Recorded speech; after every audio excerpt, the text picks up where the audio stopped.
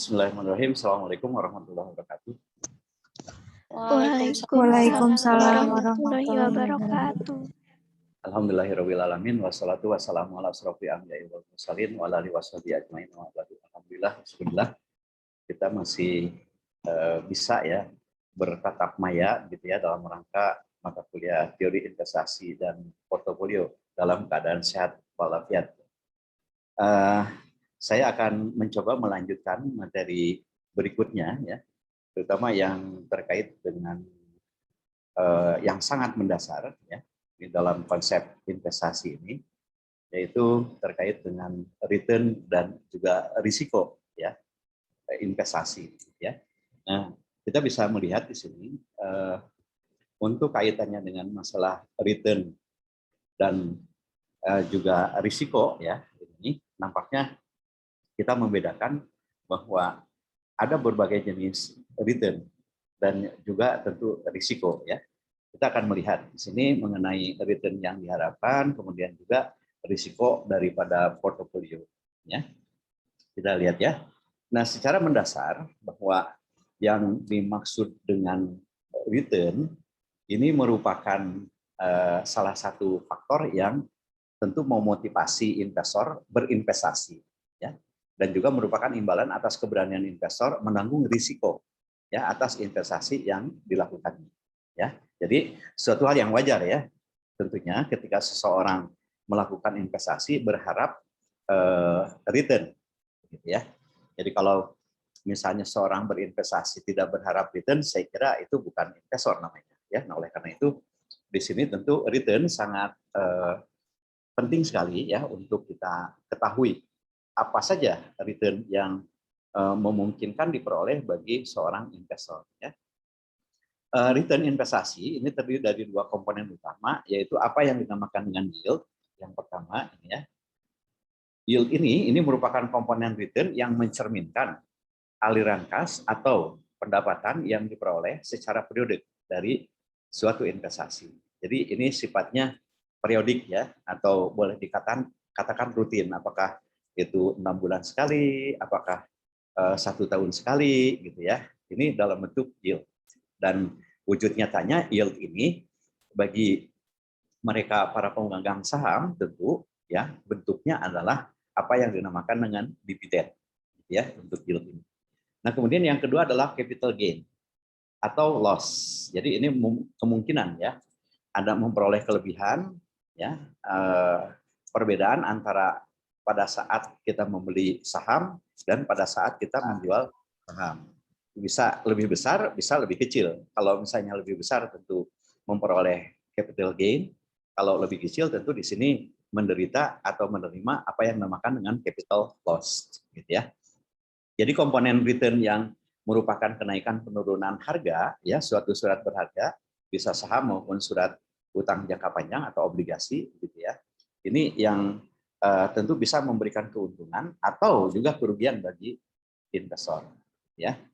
Ya. Nah, jadi dengan kata lain ya bahwa return total investasi ini dapat dihitung tentu ya yield tentu ditambah capital gain, atau kalau loss tentu dikurangi dengan loss gitu ya. Itu return total yang bisa diterima oleh investor ya.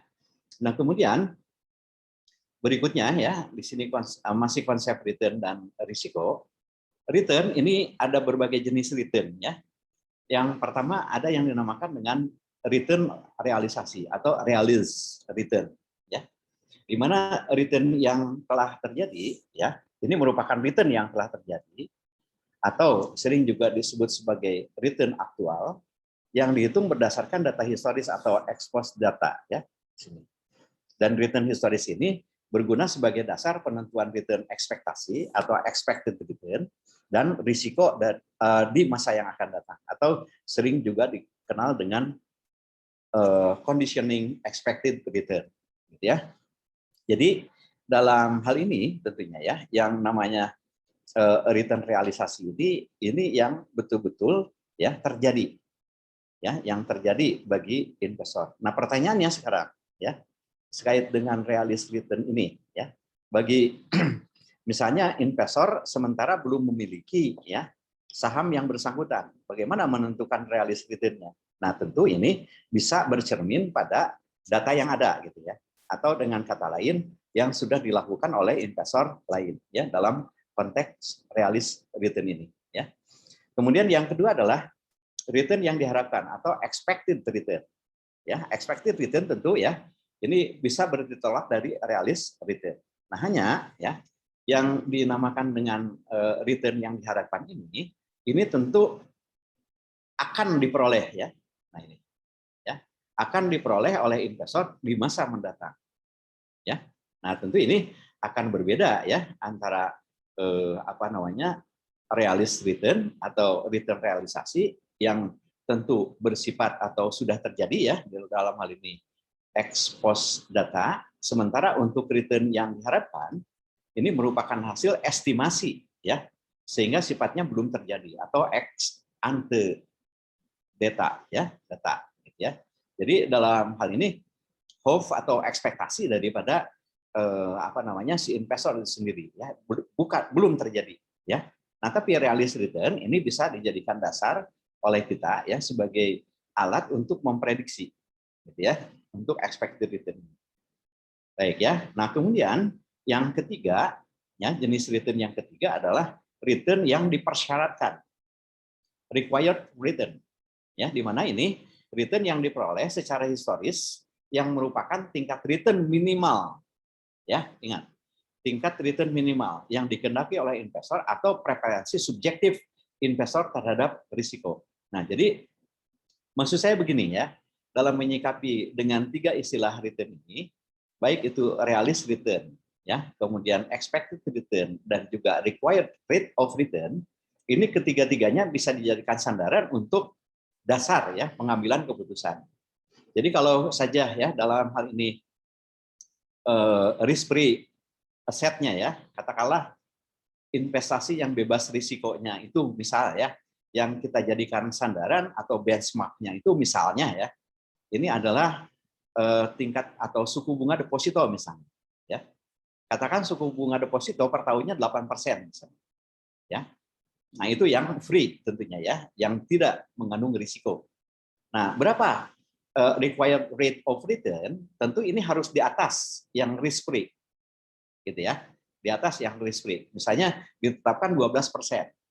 Nah, sementara misalnya kita menetapkan expected return itu sebesar 15% misalnya. Ya. Nah, dari sekian pilihan investasi yang ada, ternyata misalnya ya tidak ada yang katakanlah 15% persis gitu ya. Ada yang 14%, mungkin ada yang 13%, mungkin ada yang 11%. Nah, tetapi di sini yang kita jadikan suatu persyaratan tentu dalam hal ini adalah required rate of return. Yang mana required rate of return ini secara subjektif tentu ditetapkan oleh si investor. Tapi biasanya lebih besar dari risk free asset. Gitu ya. Artinya dalam hal ini harus lebih besar dari 12%. Ya, sehingga kalau ada pilihan investasi misalnya 13%, 14%, itu kemungkinan yang akan dipilih. Ya. Sedangkan yang di bawah 12%, kalaupun di atas risk free asset misalnya 11%, tentu itu akan diabaikan. Ya. Nah, ini suatu hal yang perlu diketahui ya oleh saudara-saudara sekalian di dalam kaitannya dengan keputusan investasi ketika return yang dipertimbangkan. Artinya ya dalam hal ini ketiga jenis return tersebut perlu untuk kita ketahui dan kita pertimbangkan sebagai dasar untuk pengambilan keputusan investasi. Jadi jangan sekali-kali misalnya ya kita investasi ternyata di bawah required rate of return. Ya, apalagi kalau di bawah risk free asset gitu ya. Buat apa capek-capek begitu ya. Lebih baik misalnya dana kita dimasukkan ke dalam deposito gitu ya yang notabene tidak ada risikonya atau risikonya nol ya. Nah, kemudian kita akan melihat di sini ya konsep yang kedua yaitu mengenai risiko itu sendiri.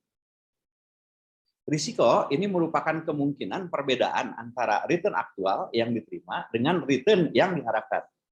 Jadi spread ya atau perbedaan antara return aktual dengan yang diharapkan itulah yang dinamakan dengan risiko. Jadi semakin besar kemungkinan perbedaannya, berarti semakin besar pula ya dalam hal ini risiko investasi tersebut. Ya.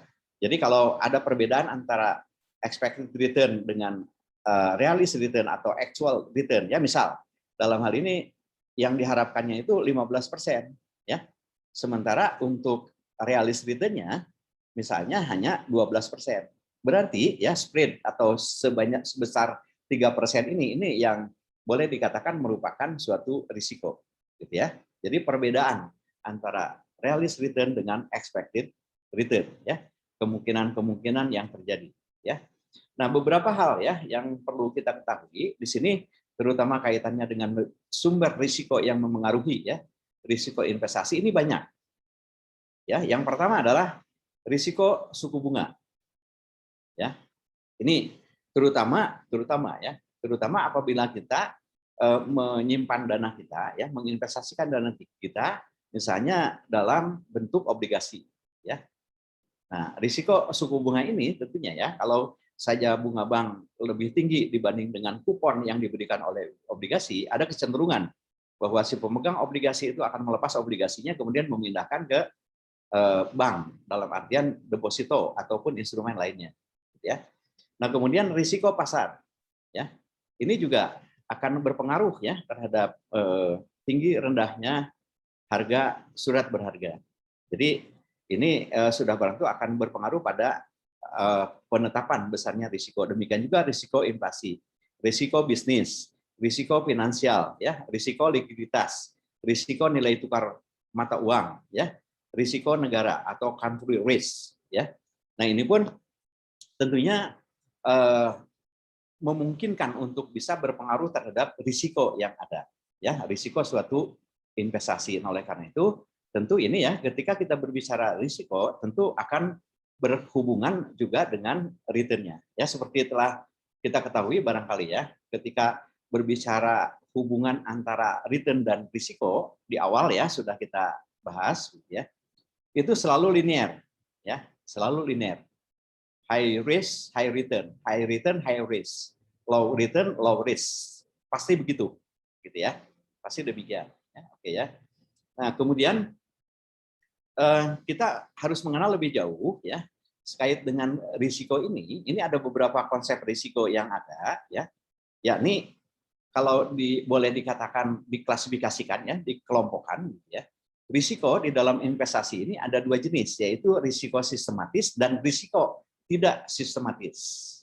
Ya, systematic risk, ya, atau general risk, gitu ya, atau juga sering disebut sebagai market risk, gitu ya, dan risiko tidak sistematis, unsystematic risk, atau risiko perusahaan, ya, dalam hal ini, ya, atau boleh juga dikatakan merupakan suatu risiko yang spesifik mikro, ya, specific risk, gitu ya.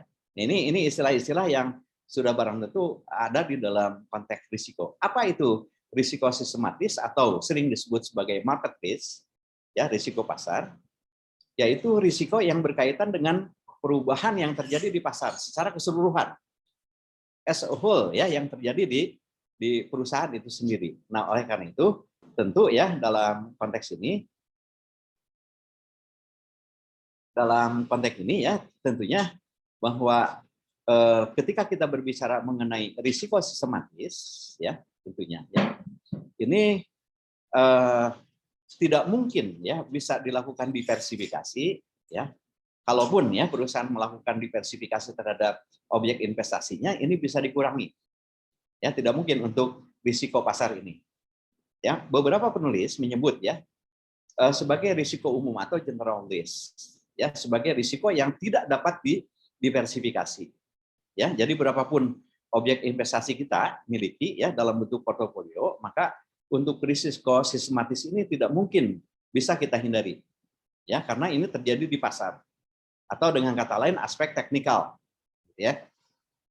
Nah, kemudian konsep yang kedua adalah risiko tidak sistematis, ya, atau risiko spesifik, atau sering juga disebut sebagai risiko perusahaan, ya, systematic risk, kemudian specific risk, atau dalam hal ini risiko perusahaan, gitu ya. Nah, risiko jenis ini ya tentu risiko yang tidak terkait dengan perubahan pasar secara keseluruhan, ya. tidak ada hubungannya dengan pasar, gitu ya. Nah, di mana risiko perusahaan ini lebih terkait dengan perubahan kondisi mikro perusahaan, ya, kondisi internal perusahaan penerbit sekuritas atau sering kita sebut sebagai emiten, gitu ya, sebagai emiten. Nah, jadi ya dalam konteks ini tentunya risiko perusahaan ini tentu bisa diminimalkan ya dengan melakukan diversifikasi aset dalam suatu portofolio. Ya, ini yang bisa diminimalkan. Ya, artinya dalam hal ini risiko perusahaan ini bisa diminimalkan ya dengan melakukan kita membentuk portofolio, gitu ya. Oke. Nah, bagaimana sekarang ya? Sebelum ya lebih jauh kita melihat mengenai kedua jenis risiko tadi hubungannya dengan diversifikasi ya. Sebelumnya kita akan melihat di sini mengenai estimasi return dan risiko sekuritas.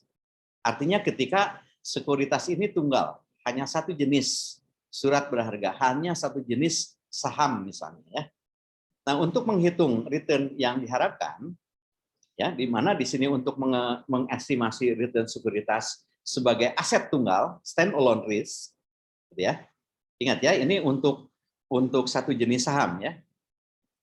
Investor harus memperhitungkan setiap kemungkinan terwujudnya tingkat return tertentu. Ya. Atau yang lebih dikenal dengan istilah ya, probabilitas kejadian. Ya, probabilitas kejadian yang tentu melingkupi sekuritas yang bersangkutan. Ya. Nah, sehingga ya secara matematis tentunya ya untuk menentukan return yang diharapkan satu jenis investasi atau saham dalam hal ini ya, maka dengan mudah kita bisa menggunakan formulasi seperti ini. Jadi expected return ini ya, expected return ini bisa diperoleh dengan cara perkalian ya, penjumlahan dari perkalian maksud saya. Ya. Penjumlahan dari perkalian ya, dalam hal ini return ke I dikalikan dengan probabilitas return ke I. Ya. Jadi mudah saja ya. Tinggal dikali-kalikan kemudian dijumlahkan, gitu ya, terkait dengan menetapkan berapa besarnya expected return, ya, oke, ya dikalikan dengan kemungkinannya atau probabilitasnya, oke ya, itu untuk menentukan return individual saham. Sebagai contoh ya di sini, sekuritas ABC memiliki skenario kondisi ekonomi ya, seperti terlihat di dalam tabel ini. Ya, di mana distribusi probabilitas sekuritas ABC ini, ABC bukan berarti 3 ya, 1 ya, tapi namanya ABC gitu ya. Oke. Pada kondisi ekonomi kuat, sedang dan resesi, di mana probabilitasnya adalah ya 0,3, 0,4, 0,3, returnnya 0,2, 0,15 dan 0,10. Dan selalu penghitungan ataupun ya dalam hal ini angka-angka yang disajikan di dalam konteks manajemen keuangan ini ya, selalu satuannya itu dalam bentuk persen ya, atau 0, sekian gitu ya, dalam bentuk persen. Oke ya. Nah, dan ini ditunjukkan tentu ya dengan formulasi seperti ini, bahwa I itu sama dengan 1 ya, I itu sama dengan 1 baik RI maupun PRI ini ya, harus sama dengan 1, artinya menunjukkan suatu probabilitas. Oke ya. Oke. Nah, tidak boleh lebih dari 1, tidak boleh lebih besar dari 1. Oke ya. Nah, di dalam penghitungan return yang diharapkan dari sekuritas ABC ini ya, tentunya kita bisa menghitung ya dengan rumus tadi ya, sebagai berikut. Jadi expected return ini ya tentu kita tinggal mengalih-alihkan ini kali ini ditambah ini ya kali ini ya, oke, ditambah kali ini, kemudian juga yang ini ditambah dengan 0,3 kali ya, dalam hal ini 0,10 begitu ya. Oke, jumlahkan aja, berarti dengan mudah ya kita bisa mengetahui bahwa return saham ABC ini atau sekuritas ABC ini adalah 0,15 atau dengan kata lain 15% ya return yang diharapkan. Oke ya, saya kira itu sangat mudah ya terkait dengan expected return untuk saham individual. Oke ya. Nah, kemudian berikutnya ya, kita lihat juga dengan cara lain ya, dengan cara lain untuk saham individual tentunya ya ini. Estimasi yang diharapkan ya, ini bisa juga dilakukan dengan penghitungan rata-rata sederhana ya.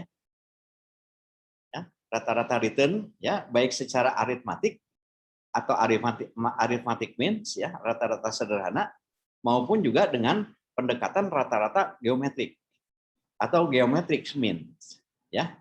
Nah, tentu di sini ya, dari dua pendekatan ini mana yang lebih akurat tentu akan sangat tergantung pada kondisi yang ada ya.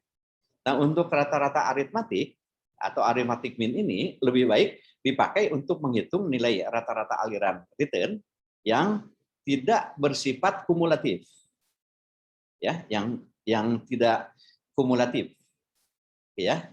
Sedangkan untuk rata-rata geometrik atau geometric means ini sebaiknya ini dipakai untuk menghitung tingkat perubahan aliran return pada periode yang bersifat serial. Ya, yang bersifat serial dan juga kumulatif. Misalnya ya, 5 tahun, 10 tahun secara berturut-turut, kalau misalnya bulanan juga 1 bulan, 2 bulan, 3 bulan, 5 bulan gitu ya, secara berturut-turut dan terakumulasi, itu tentu disarankan ya untuk menggunakan geometric mean. Ya, akan lebih akurat jika dibanding dengan rata-rata sederhana atau aritmatik ini.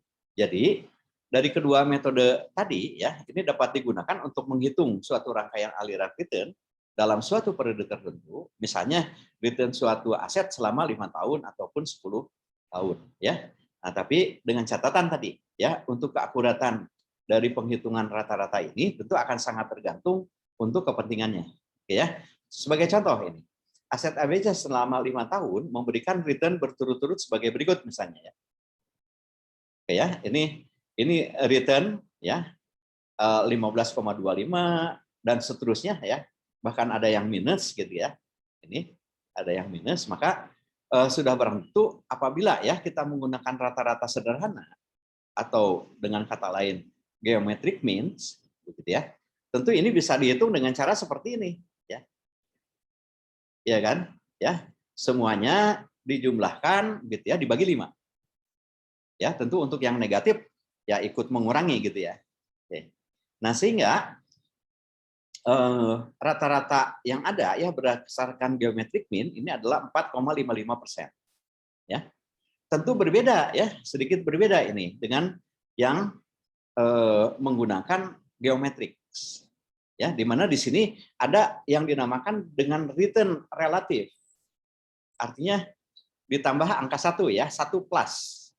Ya, 1 plus return-nya. Gitu ya. Jadi ini 1, sekian, ini 1, sekian, 0, sekian gitu ya. Oke ya. Ditambah 1 ini. Ditambah 1. Oke ya. Nah, jadi dalam konteks ini dengan geometric mean tentunya ya, angka yang diperoleh tentu ya, ini lebih kecil ya dibanding dengan yang geometrik. Dalam hal ini geometrik ya lebih kecil dibanding dengan yang aritmatik dalam artian rata-rata sederhana. Begitu ya. Oke. Oke ya. Nah, jadi dalam hal ini tentunya ya Anda boleh menggunakan yang rata-rata sederhana geometrik aritmatik gitu ya. Boleh juga menggunakan yang geometrik. Tergantung ya, tergantung permasalahannya. Oke ya. Nah, jadi dalam konteks ini tentunya metode arithmetic means ini kadang-kala bisa menyesatkan ya. Karena memang ketika ada dalam satu periode itu perubahannya atau trennya menunjukkan sesuatu yang mencolok ya, apakah sangat tinggi atau bahkan sangat rendah, ini akan mengacaukan hasil. Ya. Ini. Jadi pada pola distribusi return selama satu periode mengalami persentase perubahan yang sangat fluktuatif, ini tentu akan mengacaukan perhitungan kita ya secara rata-ratanya ya. Sedangkan di dalam metode geometric mean tentu yang tentunya di sini bisa menggambarkan secara lebih akurat di mana nilai rata-rata yang sebenarnya ya dari suatu distribusi return selama satu periode tertentu itu bisa mencerminkan gitu ya rata-rata dari masing-masing periode ya. Jadi dalam konteks ini tentunya silakanlah ya nanti misalnya dalam konteks menyusun skripsi gitu ya. Ketika kita berbicara penentuan return yang terjadi ya, expected return ini apakah menggunakan rata-rata sederhana ataukah menggunakan expected return yang geometrik, itu silakan ya. Di mana hasil perhitungan return menggunakan geometrik means ya, tentu ini lebih kecil hasilnya dibanding dengan penghitungan metode arithmetic mean ya. Dan tentunya pula ya, di dalam hal ya penghitungan tingkat perubahan aliran return pada periode yang bersifat serial ya dan kumulatif, ya, sebaiknya ini dianjurkan atau disarankan menggunakan metode geometric mean ya. Sedangkan arithmetic mean akan lebih baik dipakai untuk menghitung nilai rata-rata aliran return yang tidak bersifat kumulatif, atau dengan kata lain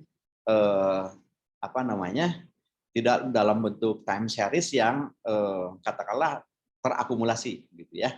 Oke. Tapi saya lebih menyarankan untuk menggunakan geometrik ya, karena tentu di sini lebih mencerminkan periode ke periode ya. Nah, kemudian berikutnya adalah terkait dengan estimasi risiko ya. Tadi kita melakukan estimasi terhadap return ya. Nah, sekarang kita lihat dalam hal ini estimasi terhadap risiko itu sendiri. Nah, besaran risiko investasi ini diukur dari besaran standar deviasi dari return yang diharapkan. Oke ya. Saudara-saudara sekalian tentu sudah memahami ya tentang bagaimana cara mencari standar deviasi. Ya. Standar deviasi tentu di dalam dunia statistik saya kira suatu hal yang tidak aneh bagi kita ya. Jadi besarnya kemungkinan penyimpangan yang terjadi ya. Oke. Jadi deviasi standar atau standar deviasi ini merupakan akar kuadrat ya. Akar kuadrat, akar dikuadratkan gitu ya dari varians yang menunjukkan seberapa besar penyebaran variabel random di antara rata-ratanya. Jadi semakin besar tentu penyebarannya, akan semakin besar varians atau deviasi standar investasi tersebut. Dan ini semakin besar standar deviasi atau penyebarannya, tentu menunjukkan semakin besar juga ya risiko yang terjadi. Ya. Nah, jadi berbicara mengenai masalah keuangan ini, tentunya ya paling tidak pemahaman terhadap simbol-simbol statistik, gitu ya. Paling tidak kita harus memahami betul, gitu ya. Apa makna daripada standar deviasi ini, dan kita hubungkan ya dalam konteks ini adalah dengan risiko. Ya, ini tentu ya risiko untuk saham individual ya diukur oleh standar deviasi. Untuk saham portofolio itu lain lagi ya. Nanti kita berbicaranya lain lagi.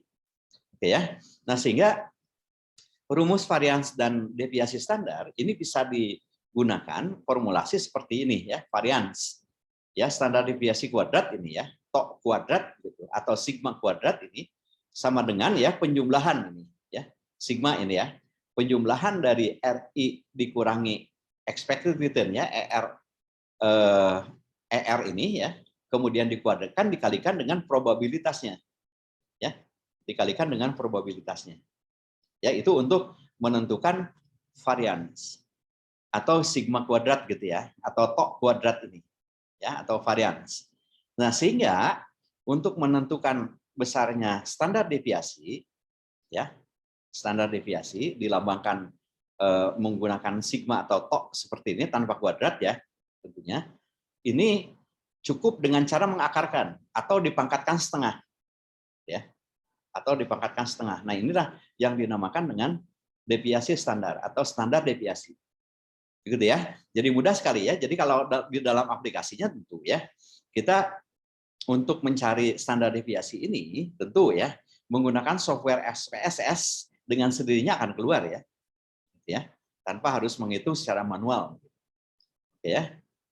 Nah, berikut ini ya, ini adalah data return saham DEF ya dalam rangka kita melakukan estimasi risiko ini ya.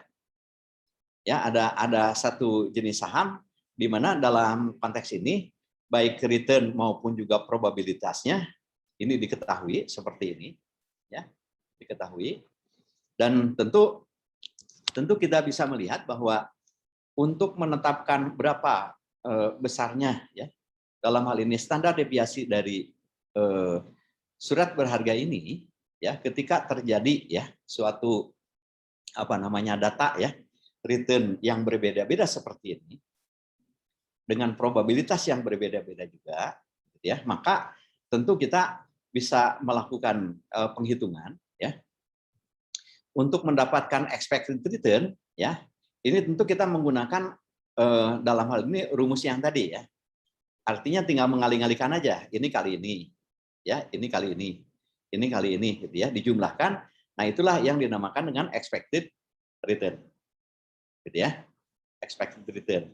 Nah, kemudian untuk mencari, gitu ya, selisih antara return aktual dengan expected return, tentu ini return aktual ya dikurangi dengan expected return, hasilnya ini. Gitu ya, untuk di kolom 4 ini.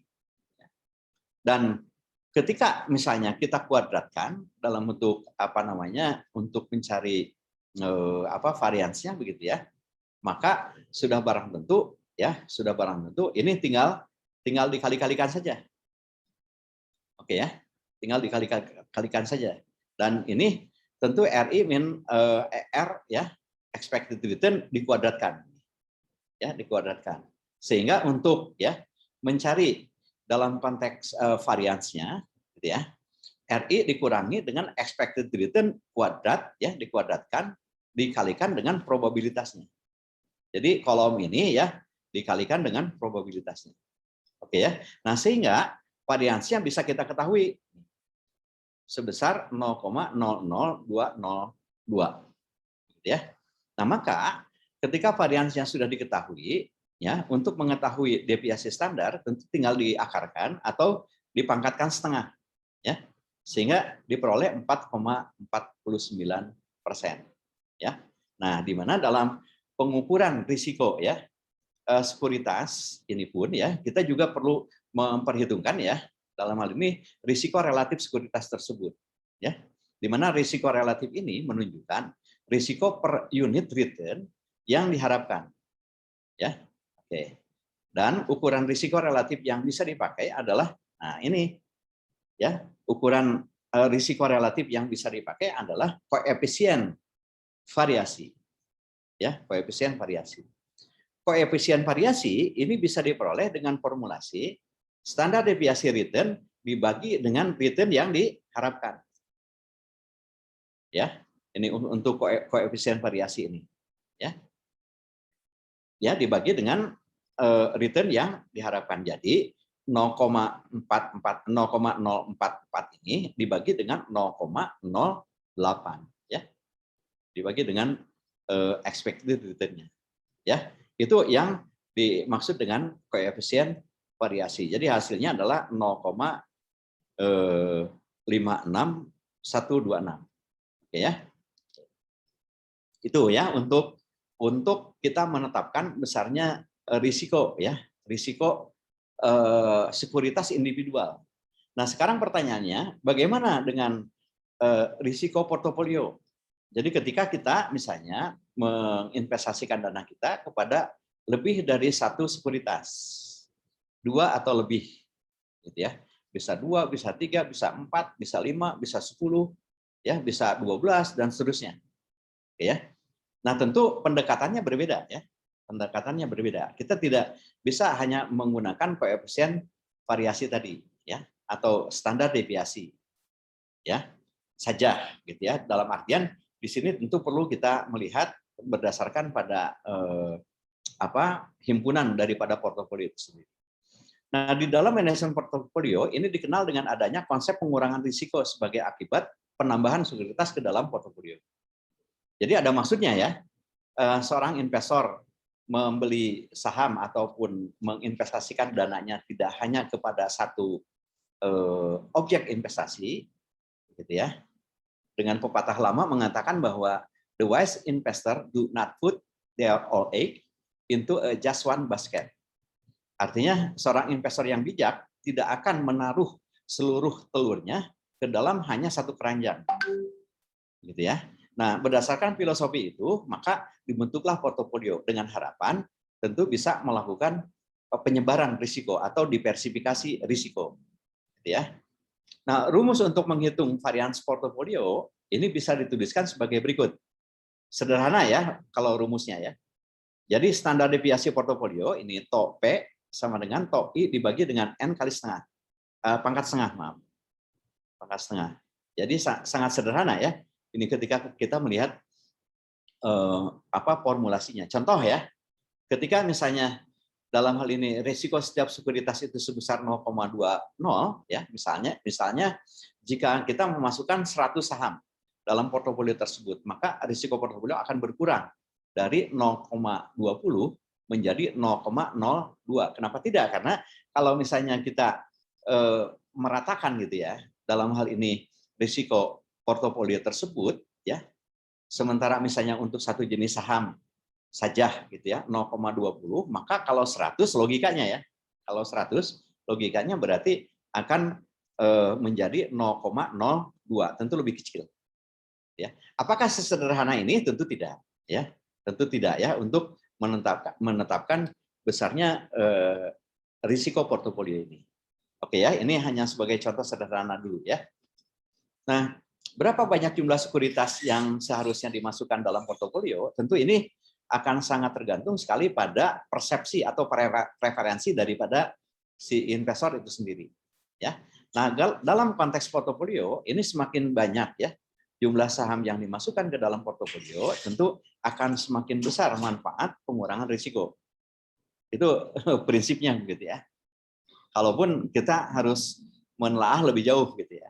Tapi secara prinsip semakin banyak ya sekuritas yang dimasukkan kepada portofolio, semakin besar manfaat untuk pengurangan risiko. Ya, oke ya. Manfaat meskipun demikian ya di sini, manfaat pengurangan risiko portofolio ini akan mencapai ya di sini akan juga semakin menurun sampai pada jumlah tertentu, gitu ya. Dan setelah itu ya ditambah berapapun misalnya sekuritasnya, belum tentu dalam hal ini bisa menurunkan atau mengurangi risiko portofolio. Gitu ya. Jadi dalam batas tertentu tentunya ya, besaran ataupun jumlah portofolio yang ada tentu tidak berarti bisa mengurangi risiko. Gitu ya. Oke. Nah, di sini bisa digambarkan ya untuk kaitannya dengan klasifikasi dan manfaat ya. Ya ini diversifikasi, maaf ya.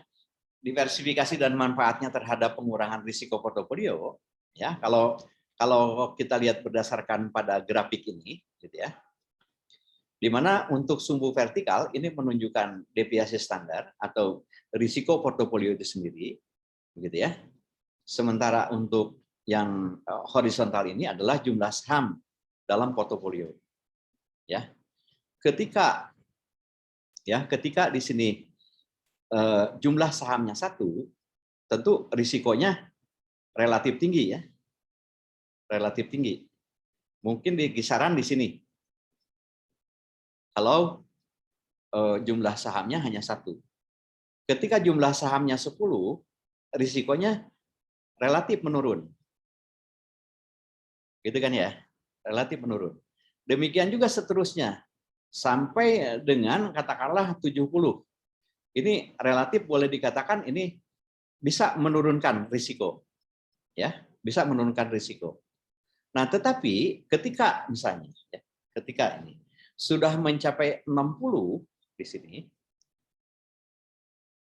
berapapun ya, katakanlah saham tersebut ditambah, katakanlah menjadi 80 atau 90 ataupun 100 ya. Ini garis ini tidak mungkin bisa menyentuh pada garis 0 ya. Tidak mungkin menyentuh di garis 0 ini. Gitu ya. Tetap aja akan landai terus. Gitu ya. Dan tidak mungkin sekali lagi saya katakan menyentuh garis 0. Nah, jadi dalam konteks ini ya tentunya saudara-saudara sekalian ya, untuk kaitannya dengan diversifikasi risiko ya portofolio ini, tentunya ya banyak pihak yang merekomendasikan ketika berbicara mengenai berapa banyak katakanlah sekuritas yang harus dijadikan semacam portofolio ya. Ini ada beberapa rekomendasi ya yang berdasarkan analisis dan penelitian tentunya, ya, ada yang merekomendasikan dalam hal ini 8 sampai dengan 16 jenis saham. Gitu ya. Ada yang merekomendasikan 8 sampai 20 saham, ada yang merekomendasikan 10 sampai 15, 10 15, 10 20 dan seterusnya. Ada juga yang mengatakan 12 atau lebih. Gitu ya. Nah, rekomendasi ini tentunya perlu diuji ya. Perlu diuji. Kita jangan lantas percaya begitu saja ya, karena tentunya ya penelitian atau analisis ini tidak serta-merta ya bisa berlaku untuk di Bursa Efek Indonesia. Gitu ya. Tidak serta-merta. Ini hanya alternatif dalam artian ya rekomendasi yang diberikan oleh para ahli. Gitu ya. Untuk lebih jauhnya tentu kita perlu melakukan ya uji terhadap portofolio yang kita lakukan. Atau dengan kata lain, kalau di awal ya kita sudah melihat tentang proses investasi, itu ada yang dinamakan dengan pengukuran kinerja portofolio. Ya, dengan jumlah sekuritas berapa kiranya kinerja portofolio kita ternyata lebih besar daripada portofolio pasar kan gitu. Ya, itu bisa kita simulasikan. Gitu ya. Bisa kita simulasikan artinya dengan trial and error sebelum kita melakukan investasi, membuat simulasi terlebih dulu yang mana sesungguhnya ideal untuk pembentukan portofolio. Begitu ya. Oke. Jadi ini sekali lagi ini bukan harga mati ya. Rekomendasi ini harus sekian sampai dengan sekian, tidak. Tidak. Ini hanya semacam apa namanya? Boleh dikatakan mungkin saran lah gitu ya, pilihan. Gitu ya, sebagai dasar kita dalam membentuk portofolio. Lebih lanjut tentu harus kita uji ya. Uji dalam artian apakah menguntungkan atau tidak. Nah, jadi ya di dalam pembentukan portofolio ini diharapkan adanya suatu diversifikasi, di mana diversifikasi yang dimaksudkan adalah pembentukan portofolio melalui pemilihan kombinasi sejumlah aset tertentu, ya, sedemikian rupa hingga risiko ini dapat diminimalkan tanpa mengurangi besaran return yang diharapkan. Nah ini, ya, jadi kalaupun expected return-nya sudah ditetapkan, kemudian kita menetapkan semacam jenis-jenis sekuritas yang akan dimasukkan ke dalam portofolio, ya tentunya ya di satu sisi bisa mengurangi ya risiko, tapi di lain sisi tidak mengurangi terhadap return yang diperoleh, gitu ya. Nah, permasalahan diversifikasi adalah ya ini. Penentuan atau pemilihan jumlah aset-aset spesifik tertentu dan penentuan proporsi dana yang akan diinvestasikan untuk masing-masing aset ke dalam portofolio itu sendiri. Itu yang paling krusial sebetulnya ya, yang mana perlu dipertimbangkan lebih jauh gitu ya. Aset mana yang akan dimasukkan ke dalam portofolio atau sekuritas mana yang akan dimasukkan. Apakah misalnya ya pilihan kita adalah bermain di saham blue chips misalnya. Anda sudah tahu mungkin ya kategori saham blue chips gitu. Ya, blue chips itu biasanya memiliki harga tertinggi dan terliquid ya. Bisa dia misalnya bertengger di LQ 45 misalnya. Ya. Di 45 perusahaan terliquid ya selama 6 bulan. 6 bulan direview lagi gitu ya. Oke ya, berbicara indeks LQ45 minggu yang lalu sempat kita bahas gitu ya. Indeks Kompas 100 misalnya ya dan seterusnya ya terkait dengan kaitannya dengan apa namanya berbagai jenis saham ini ya. Blue chips atau first liner gitu ya. Kemudian ada yang second liner ya di garis kedua gitu ya. Kemudian ada third liner. Ada di garis ketiga gitu ya. Kalau dilihat dari kacamata mungkin kapitalisasinya ada yang dinamakan dengan large cap atau big cap, boleh ya. Boleh-boleh saja itu istilah-istilah di dalam pasar modal gitu ya. Ada yang middle cap ya di sini. Kemudian ada yang lower cap. Gitu ya, kapitalisasi ya dalam konteks kapitalisasi itu tentu bisa dicari dengan harga dengan cara perkalian antara harga saham dengan jumlah saham yang beredar gitu ya. Oke. Nah, permasalahan diversifikasi ini ya sekali lagi ini terutama di dalam kaitannya dengan memilih ya objek investasinya. Di satu sisi, di lain sisi juga proporsi dana yang akan dialokasikan untuk objek investasi tersebut. Itu biasanya yang jadi masalah, gitu ya. Nah, secara prinsip ya ada dua diversifikasi yang umum digunakan. Ya, ini ada dua prinsip diversifikasi yang umum digunakan. Yang pertama adalah diversifikasi random, acak gitu ya, comot sana, comot sini, kemudian membentuk suatu portofolio. Boleh, itu dibenarkan, gitu, ya. Kalaupun tetap, tentu ya, comot sana, comot sini secara random pun tentu kita perlu melakukan klasifikasi yang mana yang kiranya akan diambil, gitu ya. Oke, tidak intuitif banget, gitu ya. Artinya asal comot, gitu ya, tentu tidak demikian, ya. Ada pertimbangan-pertimbangan tertentu. Yang kedua adalah diversifikasi Markowitz. Nah, tentu ini jauh lebih ilmiah, gitu ya, untuk diversifikasi Markowitz ini. Baik ya, kita lihat untuk diversifikasi random atau diversifikasi secara naif, ya, ini terjadi ketika investor menginvestasikan dananya secara acak pada berbagai jenis saham yang berbeda atau pada berbagai jenis aset yang berbeda. Ya, itu disebut sebagai diversifikasi random walk, gitu ya. Oke.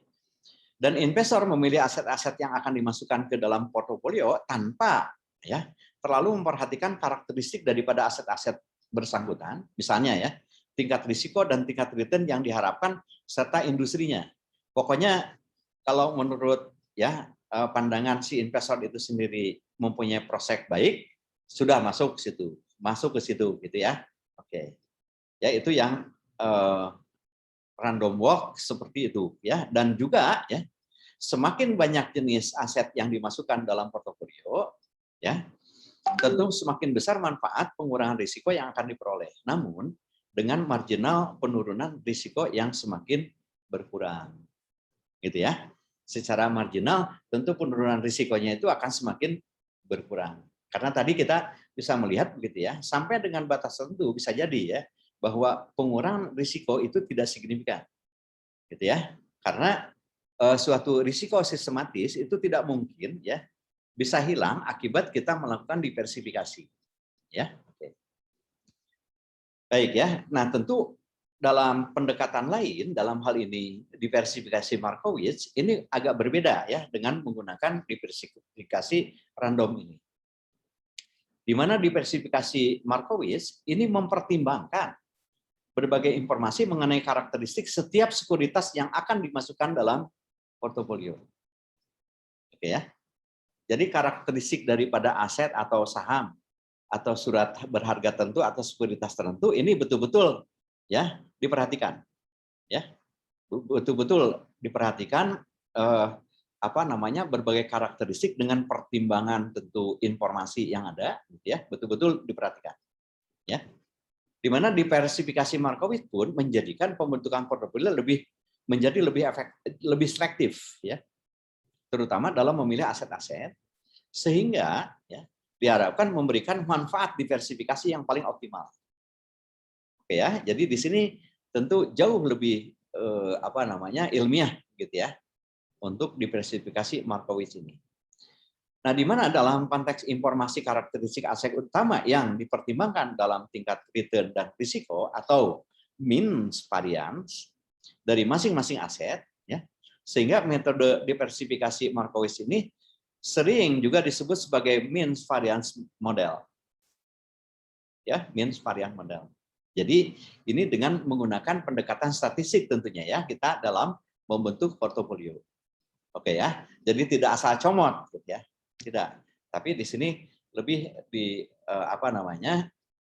dalam konteks ini tentu memperhatikan mengenai varians daripada aset yang akan dimasukkan. Oke ya, ini mungkin filosofi diversifikasi Markowitz ya. Janganlah menaruh seluruh telur ke dalam satu keranjang ya. Atau dengan kata lain, do not put their all eggs to just one basket. Oke ya. Ini kontribusi penting dari ajaran Markowitz ini ya tentu adalah risiko portofolio tidak boleh ya ini dihitung dari penjumlahan semua risiko aset-aset yang ada dalam portofolio, tidak boleh gitu. Ya, dihitung dari penjumlahan risiko portofolio yang ada gitu ya, tetapi harus dihitung dari kontribusi risiko aset tersebut terhadap risiko portofolio atau diistilahkan dengan istilah covariance. Ya, ini pendekatan Markowitz. Ya. Jadi yang tidak berkontribusi langsung itu tidaklah kita masukkan ke dalam suatu penghitungan risiko portofolio. Jadi hanya dalam bentuk covariance-nya, ya. Jadi dalam konteks ini ya tentunya input data yang diperlukan dalam proses diversifikasi Markowitz ini adalah struktur varians dan covariance sekuritas yang disusun dalam suatu matriks varians covariance. Begitu ya, dalam matriks varian dan covariance. Apa itu covariance? Ini adalah suatu ukuran absolut yang menunjukkan sejauh mana tentunya ya return dari dua sekuritas dalam portofolio cenderung untuk bergerak secara bersama-sama. Ya, secara simultan, secara bersama-sama. Ada kecenderungan pergerakannya seperti apa? Itu yang dinamakan dengan covariance.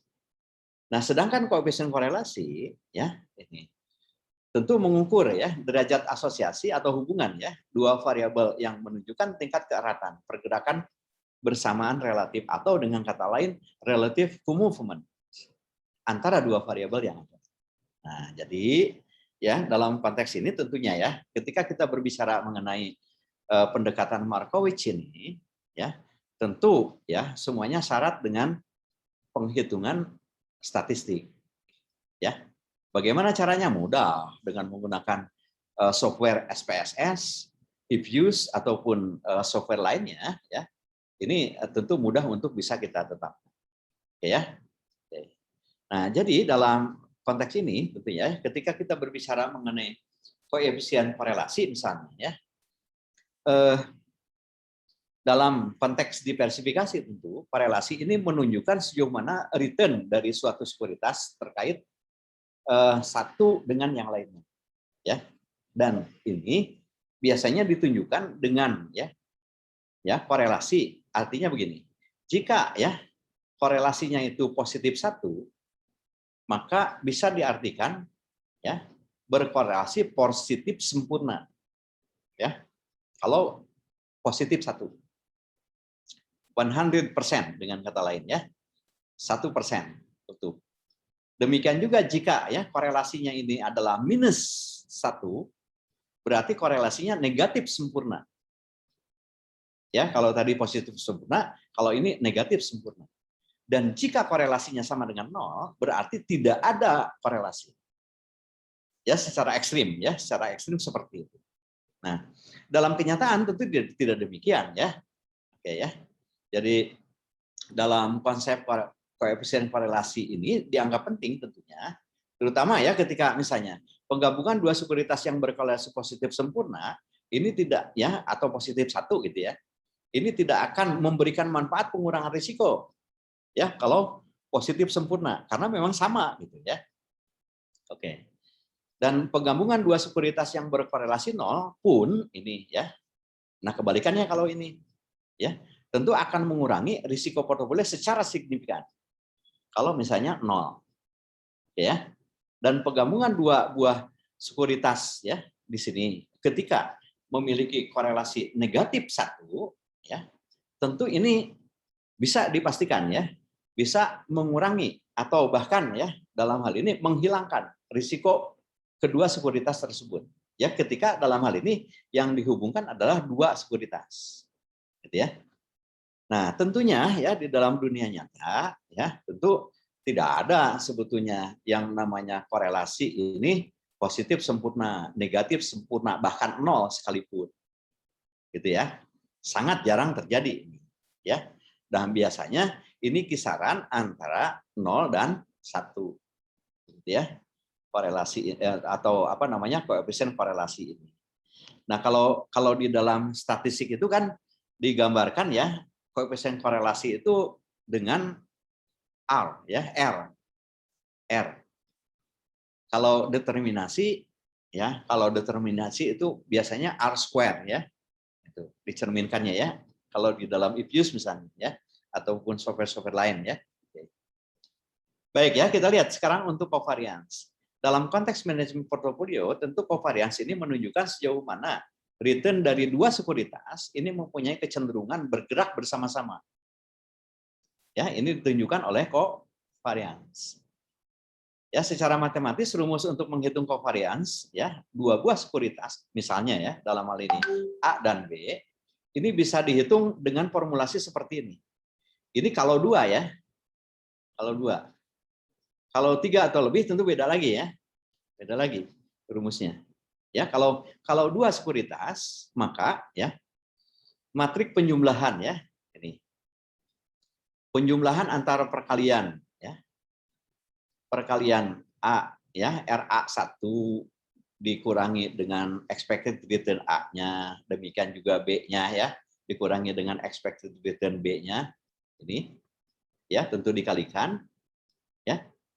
Dikalikan, kemudian dikalikan dengan probabilitasnya, ya, ditambahkan ya dalam artian ini untuk A dan B, begitu ya, maka dalam konteks ini sudah barang tentu bisa diperoleh covariance A B. Ini jika dua, ya, jika dua. Bagaimana jika 3, jika 4? Nanti kita lihat ya. Oke. Nah. Sedangkan untuk return dan risiko portofolio ini, ya untuk expected return-nya, kalau ini kan risikonya ya, ini risiko dalam arti kata covariance. Nah sekarang untuk mengestimasi return dan risiko portofolio berarti menghitung return yang diharapkan dan juga ya dalam hal ini risiko suatu kumpulan aset individual yang dikombinasikan dalam portofolio aset. Dan rumusnya untuk expected return portofolio ini ya, kita bisa menggunakan rumus seperti ini. Expected return portfolio bisa diperoleh dengan cara penjumlahan dari N di mana I sama dengan 1, ya. Bobotnya atau portofolio itu sendiri atau weight daripada portofolio itu sendiri dalam hal ini adalah besarnya alokasi aset gitu ya, proporsi dana yang dialokasikan dikalikan dengan expected return ke I. Gitu ya, dikalikan dengan expected return ya. Jadi kalau di sini dicontohkan ya ada dalam hal ini 3 jenis saham ABC ya, ABC, DEF, GHI gitu ya, dengan masing-masing menawarkan return yang diharapkan seperti ini ya, 15, 20 dan juga 25% ya. Tentu untuk menetapkan expected return-nya dengan mudah bisa kita ketahui ya. Misalkan alokasi asetnya untuk ABC itu 40%, DEF 30%. Pasti GHI-nya 30% karena pada dasarnya alokasi aset atau W ini ya, W ini harus sama dengan 1 ya. Oke. Sehingga expected return-nya ini bisa diperoleh dengan cara perkalian ya. Penjumlahan dari perkalian ya antara W ya dalam hal ini bobot asetnya dikalikan dengan expected return-nya masing-masing. Oke ya, sehingga diperoleh 19,5%. Gampang ya. Gampang ketika mencari expected return daripada portofolio itu sendiri. Ya, berapapun banyaknya masih memungkinkan kita menggunakan software, saya pikir bukan masalah gitu ya. Kemudian demikian juga dengan menghitung risiko portofolio. Nah, di dalam menghitung risiko portofolio ini ada 3 hal yang perlu ditentukan, yaitu yang pertama varians dari sekuritas, ya ini yang pertama. Kemudian kedua adalah covariance antara satu sekuritas dengan sekuritas lainnya. Lalu juga dalam hal ini bobot portofolio ya di sini. Bobot portofolio untuk ya masing-masing sekuritas ini juga perlu untuk dipertimbangkan, ya perlu ditentukan. Ya. Nah, untuk kasus 2 sekuritas ya secara matematis ataupun statistik gitu ya di sini risiko portofolio ini dapat dihitung dengan cara seperti ini. Oke ya, untuk expected return-nya relatif tidak ada masalah bagi kita ya. Tapi ketika berbicara risiko, ya, risiko portofolio, maka ya tentunya dalam hal ini weight atau bobot ya yang ada untuk portofolio A dikuadratkan gitu ya. Kemudian juga standar deviasi ya. Ini portofolionya A ditambah B gitu ya. Nah, di sini ada plus 2 kali ya. Di sini WA, WB, kemudian ada korelasinya gitu ya, korelasi AB gitu ya, rho AB dikalikan dengan standar deviasi A dan juga standar deviasi B. Dipangkatkan setengah atau dengan kata lain diakarkan sama saja. Oke ya, itu untuk risiko portofolio. Bagaimana kalau misalnya lebih dari 2? Wah, mungkin ini bisa sangat panjang sekali ya rumusnya. Gitu ya. Oke ya, sementara mungkin saya berikan contoh untuk yang 2 saja dulu ya, A dan B. Ya, di mana dalam konteks ini tentu proporsi dari masing-masing dana yang dialokasikan juga tentu menunjukkan ya dalam hal ini besarannya adalah masing-masing 50% ya, masing-masing 50% ya. Dari A, B di mana ini menawarkan returnnya 10 dan 25, kemudian standar deviasi atau risikonya adalah 30 dan juga di sini 60%. Dan alokasinya masing-masing 50%. Dan ini bisa dimasukkan ke dalam rumus seperti ini. Ya. Bisa dimasukkan ke dalam rumus seperti ini sehingga yang pada akhirnya kita bisa menghasilkan persamaan seperti ini. Gitu ya. Nah, yang jadi permasalahan bagi kita adalah berapa besarnya korelasi A dan B ini. Ini yang harus kita tentukan lebih lanjut ya untuk menentukan besarnya risiko portofolio ini. Ya. Risiko portofolio ini tentu hanya bisa dihitung setelah kita bisa mendapatkan rho A, B. Caranya bagaimana? Nah, caranya adalah dengan melakukan pemisalan. Gitu ya. Atau dengan kata lain trial and error. Ya. Untuk menetapkan besarnya rho AB ini. Mana yang paling mendekati? Gitu ya. Oke. Nah, di sini ya ada beberapa skenario di sini ya untuk menetapkan koefisien korelasi saham A dan B ya. Dalam rangka kita menghitung atau menentukan besarnya standar deviasi ini gitu ya. Ketika korelasinya adalah positif 1 ya, dengan kondisi yang ada tentunya ya. Dengan kondisi yang ada dari formulasi ini ya, dari formulasi ini gitu. Maka tentunya ya, kita bisa mendapatkan risiko portofolionya itu adalah 45%. Kalau korelasinya itu sama dengan 1. Ya, 45%. Ketika korelasinya ya rho AB ini adalah 0,5, maka standar deviasinya adalah 39,8%.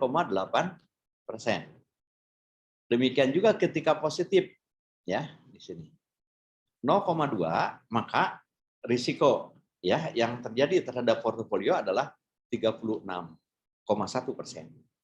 Dan seterusnya ya. Dan kita bisa melihat di sini bahwa risiko yang paling kecil itu ketika negatif 1 ya. Negatif 1 dalam hal ini 15% kan ya hasilnya. Begitu ya. Nah, jadi dalam kaitan ini tentunya ya untuk bisa menentukan risiko portofolio ini mana yang yang paling mendekati atau disesuaikan dengan preferensi si investor itu sendiri ya. Mana yang akan dipilih tentu akan sangat tergantung pada korelasi yang ditetapkan. Karena besaran korelasi ini tentu secara subjektif ditetapkan oleh investor ya. Oke. Mana yang paling mendekati atau mana yang akan digunakan ya. Ini masuk ke dalam kategori risiko portofolio sehingga yang jadi pertimbangan bagi kita adalah ya ketika ada misalnya objek investasi yang menjanjikan tingkat return tertentu gitu ya dari kumpulan suatu portofolio, maka tentu perlu dibandingkan dengan risikonya. Lebih besar atau lebih kecil dari risiko yang ada gitu ya. Tentu kita tidak akan memilih suatu objek investasi yang menjanjikan tingkat return lebih kecil daripada risikonya. Ya, tentu tidak. Ya. Harus lebih besar return dibanding dengan risikonya. Itu ya maksudnya seperti itu. Nah, sekarang bagaimana halnya ketika diversifikasi untuk N aset, ya? Atau dengan kata lain, lebih dari 2 bahkan lebih dari 3 aset, gitu ya. Nah, untuk kasus diversifikasi dengan N aset ini, risiko portofolio ini dapat diestimasi dengan menggunakan matriks varians, covariance, ya, matriks varians covariance, yaitu dengan cara ya kalau misalnya digambarkan dalam bentuk matriks seperti ini, aset ke 1, 2, 3 sampai dengan ke N, maka ini akan menunjukkan tentu ya matriks yang sedemikian panjangnya. Ya, kalau 4, 5, 6 dan seterusnya. Yang jelas dalam kaitan ini tentu menggambarkan ya perkalian antara bobot daripada aset, ya alokasi aset itu sendiri terhadap tentu dalam hal ini standar deviasinya. Oke ya, jadi estimasi risiko portofolio untuk N aset ini tentunya ya, maka kita harus menghitung N varians dan ya N kali N-1 dibagi 2. Atau dengan kata lain ini merupakan covariance.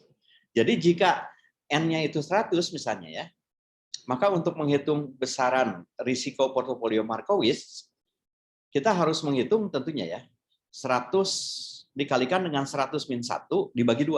Atau dengan kata lain sebanyak 4.950 covariance dan 100 varians. Nah ini kalau misalnya lebih dari 3 atau katakanlah 100 N-nya, asetnya itu 100, maka betapa rumitnya ini ya, betapa rumitnya dalam artian kita perlu mempertimbangkan tentu ya covariance-nya 4.950 dan variance-nya berarti 100. Kalaupun untuk saat ini menurut saya gitu ya, berapa ribu pun misalnya varians dan covariance ini, saya pikir tidak ada masalah ya dengan bantuan komputer. Ya. Tinggal diinputkan saja komputer yang mengerjakan, tidak ada masalah. Ya. Oke, dulu ya tentunya konsep Markowitz ini banyak ditentang ya karena memang rumitnya dalam konteks penghitungan. Ya. Dan estimasi risiko portofolio Markowitz ini membutuhkan penghitungan covariance yang jauh lebih besar daripada penghitungan variansi.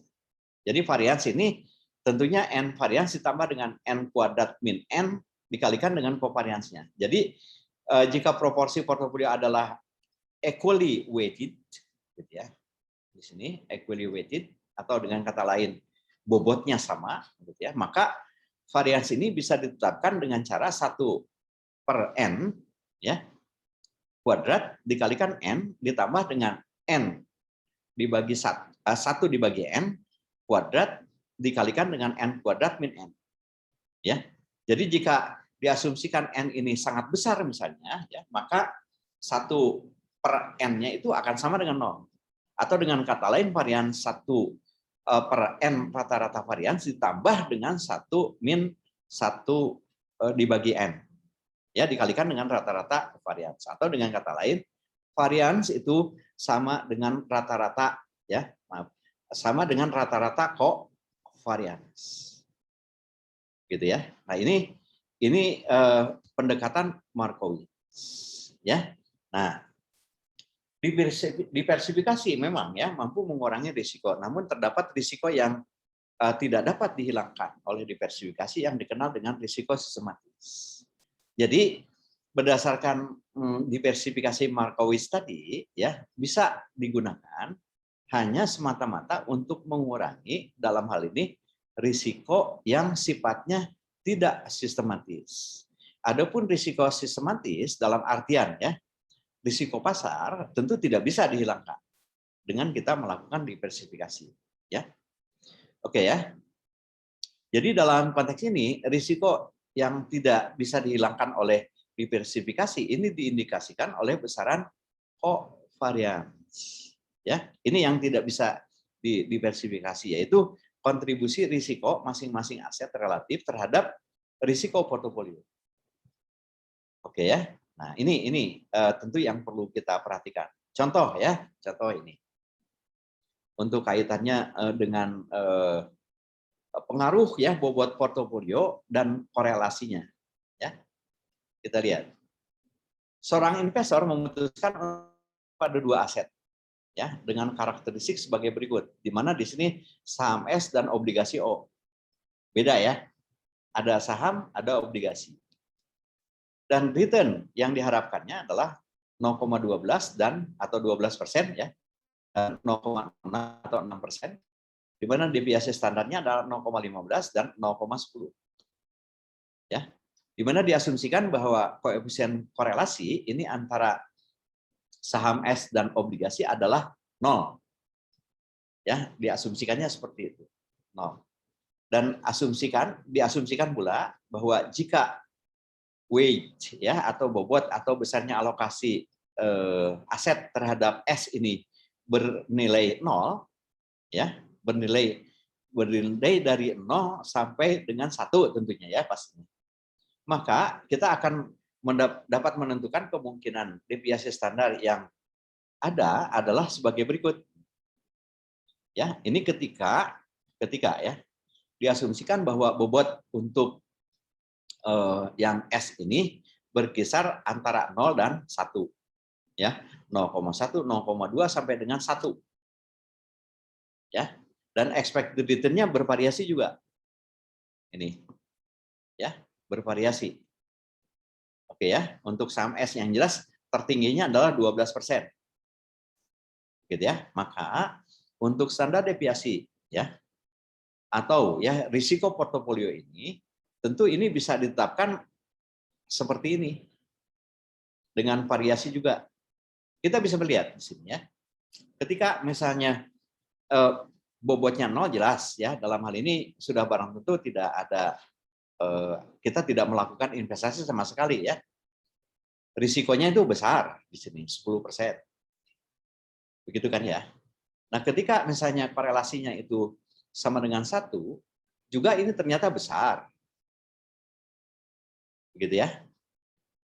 15%. Gitu ya. Berapa besarnya bobot yang ideal untuk mengalokasikan ya terhadap saham S ini? Tentu ya. Dalam konteks ini akan sangat tergantung pada alokasi aset yang dilakukan antara saham S dan obligasi O ini.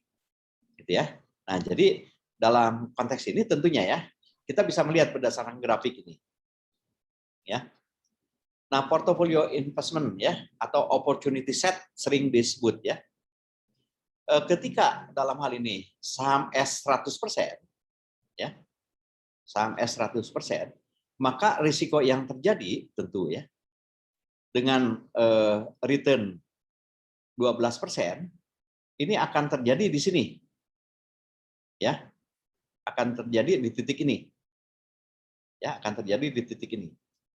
Kalau alokasi asetnya adalah 100% untuk S, obligasi tidak sama sekali kita alokasikan. Tapi sebaliknya secara ekstrim gitu ya. Ketika alokasi aset dalam hal ini pada obligasi 100%, maka gitu ya. Return yang diperoleh dari obligasi 100% ini adalah 6% dengan risiko portofolio 10%. Ya.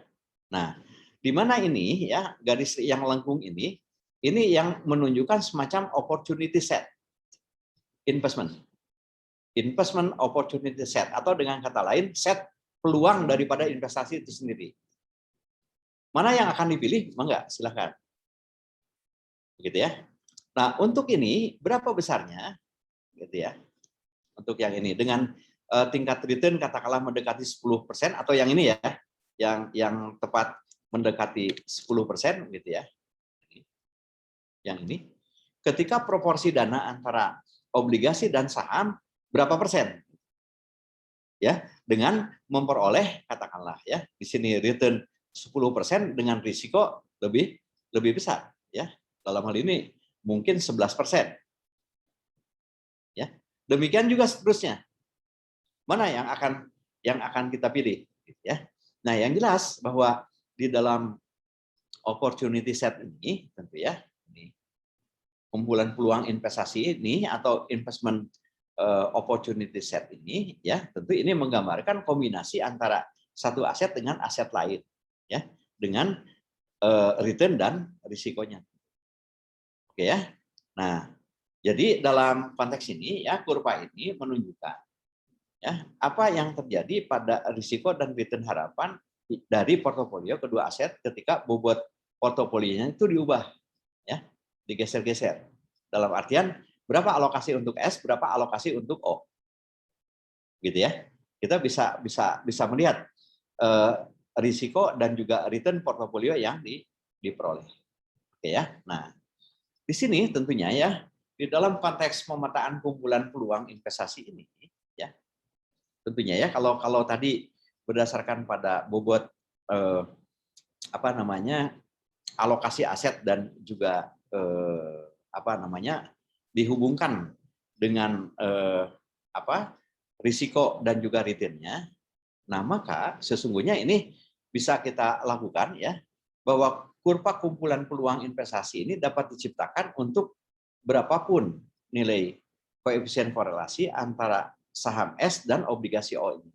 Di mana gambar berikut ini memperlihatkan ya, bahwa kurva kumpulan peluang investasi pada berbagai koefisien korelasi ini secara serentak bisa dilihat oleh kita. Mana kiranya ya portofolio yang dianggap paling boleh dikatakan optimum atau optimal, gitu ya. Nah, kita bisa melihat ketika korelasinya itu sama dengan 1, praktis ya. Opportunity set-nya itu adalah yang ini. Kalau 1 ya. Kalau 1. Nah, kalau korelasinya dalam hal ini -1 ya. Ini ditunjukkan oleh yang pink ini ya, warna pink. Ini opportunity set-nya. Ketika sama dengan 0, maka ini dicerminkan oleh yang garis kuning ini. Dan ketika korelasinya itu setengah, maka dicerminkan oleh yang biru ini, biru muda ya. Oke. Nah, di mana ini tentu ya menunjukkan ya set opportunity investment ya. Ini ya peluang investasi, kumpulan peluang investasi yang berbeda-beda disesuaikan dengan tentu persepsi atau preferensi daripada si investor itu sendiri. Oke ya. Nah, jadi bisa digambarkan seperti itu. Nah, sekarang ya kita akan memasuki suatu perhitungan yang boleh dikatakan di sini disederhanakan ya. Dari ya model portofolio Markowitz dengan perhitungan covariance yang kompleks ya, seperti sudah kita ketahui tadi. Selanjutnya ya, nah ini model Markowitz ini dikembangkan oleh William Sharpe dengan menciptakan model indeks tunggal ya, dengan menciptakan indeks tunggal. Model ini mengaitkan ya perhitungan return setiap aset pada return indeks pasarnya. Ya, secara matematis atau statistik ya, boleh dikatakan model indeks tunggal ini dapat digambarkan seperti ini. RI sama dengan AI ya, ditambah dengan beta I kali RM ditambah dengan epsilon. Coba tolong diperhatikan ya model ini ya. Model ini. Sama tidak dengan apabila ya, saya menuliskan seperti ini. Y sama dengan ya A ditambah ini ya, plus ya, ditambah A ditambah B X ya, A ditambah BX gitu ya, ditambah sini ya, ditambah epsilon. Sama tidak model ini? Coba tolong dicermati. Sama tidak antara model indeks tunggal dengan persamaan regresi sederhana yang saya tuliskan ini? Sama kan ya? Sama kan? secara prinsip model ini sama sebetulnya dengan regresi sederhana, iya kan? Hanya yang membedakan itu lambangnya saja, simbolnya saja gitu. Ini simbolnya beta, ini RM, kalau ini B, ini X kan gitu ya? Iya, sama. Sama ya dengan regresi biasa. Gitu. Ya.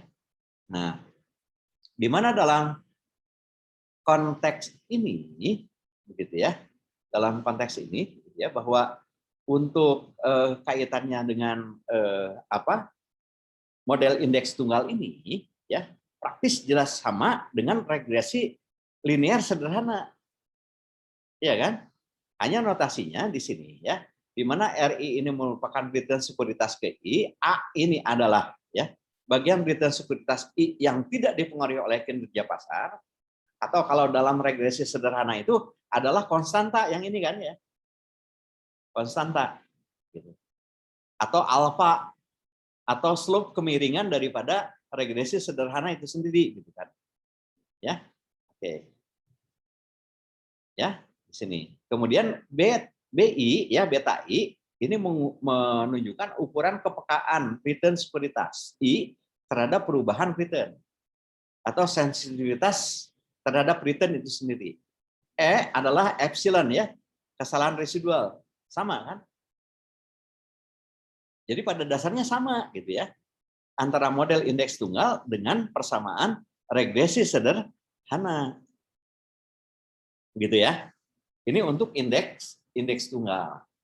Oke ya. Nah, tetapi di sini ya sangat disayangkan memang ya teman-teman di di konsentrasi manajemen keuangan ini ketika berbicara misalnya nanti ya pada saat menyusun skripsi tidak berani menggunakan model yang ada di manajemen keuangan. Baik itu model indeks tunggal maupun juga nanti ya ketika berbicara mengenai capital asset pricing model atau arbitrage pricing theory gitu. Ya, saya berharap untuk teman-teman yang sekarang ini ya berani ya menggunakan model yang ada di dalam manajemen keuangan gitu. Ya, dalam hal ini teori investasi dan portofolio ini ya untuk melakukan pengolahan datanya. Gunakan saja formulasi yang kita miliki gitu. Ya. Jadi ini tidak ubahnya sama dengan atau dengan kata lain sama dengan regresi sederhana. Ya kan? Nah, untuk model indeks tunggal ini ya penghitungan ya dari return sekuritas dalam model indeks tunggal ini melibatkan dua komponen utama yaitu ya komponen return yang terkait dengan keunikan perusahaan dilambangkan oleh AI ini atau alfa boleh saja gitu ya.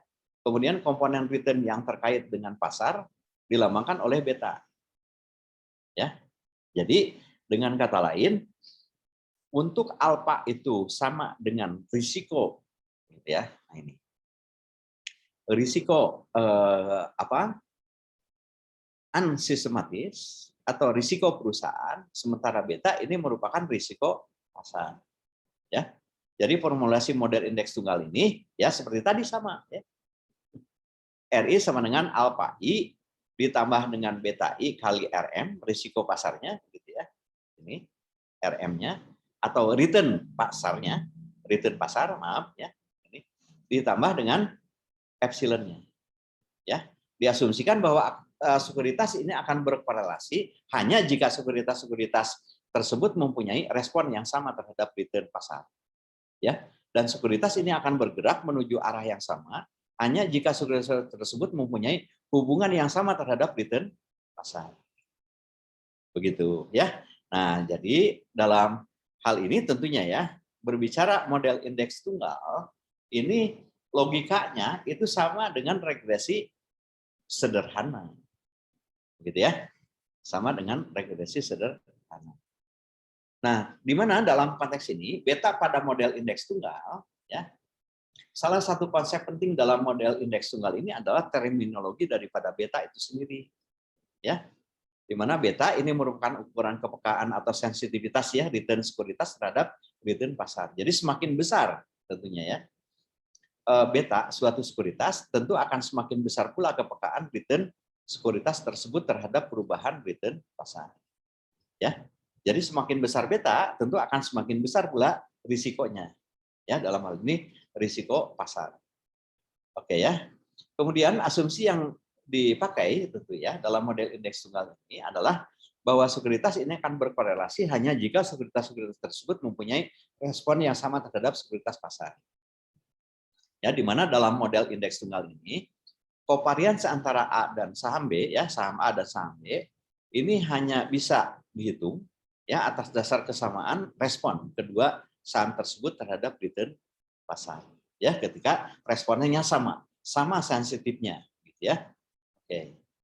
Nah, jadi dalam model indeks tunggal ini, ya secara matematis tentunya, kovarians antara saham A dan B yang hanya terkait dengan risiko pasar ini bisa dituliskan dengan formulasi seperti ini. Rho AB, ya, varians A dan B ini diperoleh dengan cara beta A dikalikan dengan beta B, ya, tentu ya. Nah ini dikalikan dengan varians dari M itu sendiri atau varians marketnya, gitu ya. Nah sehingga persamaan yang ya untuk menghitung risiko portofolio dengan model indeks tunggal ini adalah ya dengan menggunakan di sini ya varians portofolio ya itu dapat diperoleh dengan cara beta ya portofolio dikuadratkan, kemudian juga standar deviasi portofolio dikuadratkan atau varians portofolio ditambah dengan standar deviasi untuk expected portofolionya atau epsilon daripada portofolio itu sendiri. Oke ya, itu ya dengan menggunakan indeks tunggal. Jadi sangat sederhana sekali ya ketika dibandingkan dengan menggunakan pendekatan atau model Markowitz. Nah kemudian ya kita bisa membandingkan ya antara model indeks tunggal dengan atau versus dalam hal ini model Markowitz. Ya. Kompleksitas ya penghitungan risiko portofolio metode Markowitz ini adalah memerlukan varians dan kovarians yang semakin kompleks untuk setiap penambahan aset yang dimasukkan ke dalam portofolio. Ya, dan juga model Markowitz ini menghitung kovarians melalui penggunaan matriks hubungan varians kovarians yang tentu ini memerlukan ya suatu perhitungan yang kompleks ya. Ya kalaupun saya mengatakan bahwa untuk saat ini tentunya ya bukan masalah ya dengan menggunakan komputer. Sedangkan dalam model indeks tunggal risiko itu disederhanakan ke dalam dua komponen yaitu risiko pasar dan risiko keunikan perusahaan. Ya. Jadi ada dua klasifikasi di dalam metode indeks tunggal ini ya. Artinya konsep yang terkait dengan systematic risk dengan unsystematic risk itu di-cover di dalam model indeks tunggal. Oke ya.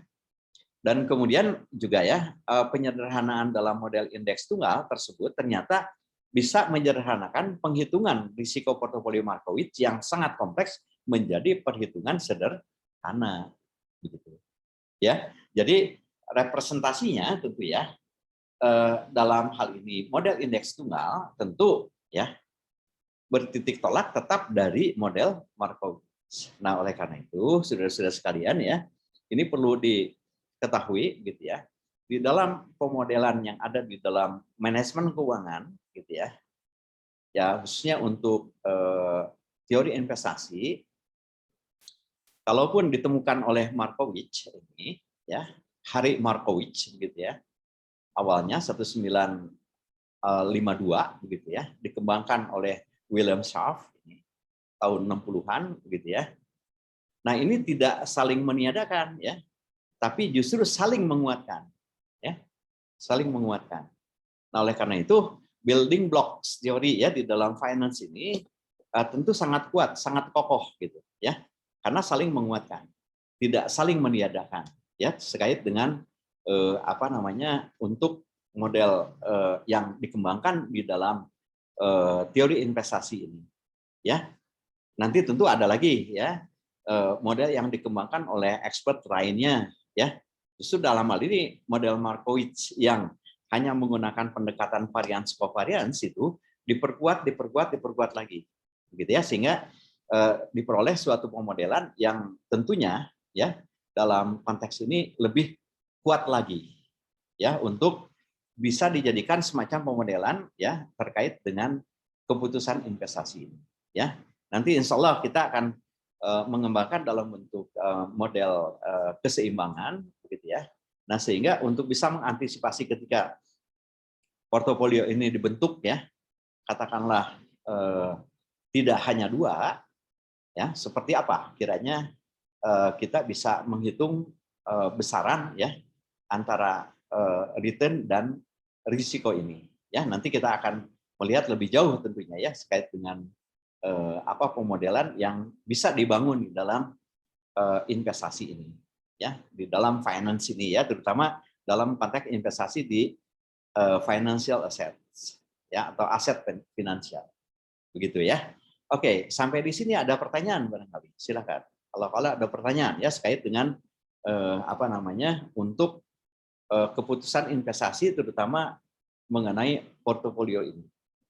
Jadi sekali lagi saya pertegas di sini ya, ketika berbicara mengenai konsep portofolio ini pertama kali ditemukan ya teorinya itu adalah oleh Harry Markowitz ya.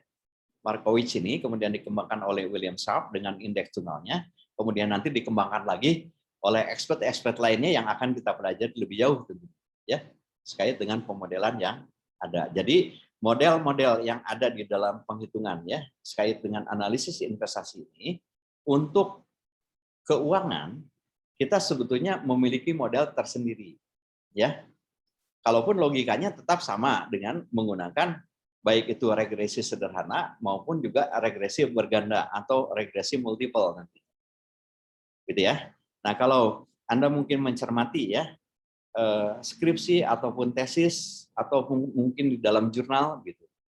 Yang ada ya di dalam analisis investasi umumnya mereka menggunakan regresi multiple gitu. Ya, padahal kita sendiri sudah punya model tersendiri di dalam finance ya. Jadi diharapkan tentu Anda nanti ya di dalam penulisan skripsi ataupun tesis atau mungkin juga disertasi gitu ya. Diharapkan ada keberanian untuk memunculkan suatu model finance. Gitu ya. Kalaupun logikanya sama ya, dalam hal ini statistik yang digunakan. Begitu. Ya. Baik, saya kira untuk hari ini ada pertanyaan silakan. Kalau ada pertanyaan saya berikan kesempatan. Silakan kalau ada pertanyaan. Atau mungkin masih bingung, tolong nanti dipelajari lagi ya. Dan kalau ada yang tidak mengerti mungkin bisa ditanyakan, ya. Oke. Baik, kalau tidak ada pertanyaan mungkin saya cukupkan sekian saja. Terima kasih atas perhatiannya. Mohon maaf apabila ada yang tidak berkenan, ya. Kita cukupkan sekian saja. Kita tutup dengan bacaan hamdalah. Alhamdulillahirabbil alamin. Alhamdulillahirabbil alamin. Warahmatullahi wabarakatuh. Waalaikumsalam warahmatullahi wabarakatuh. Terima kasih, Pak. Terima kasih, Pak.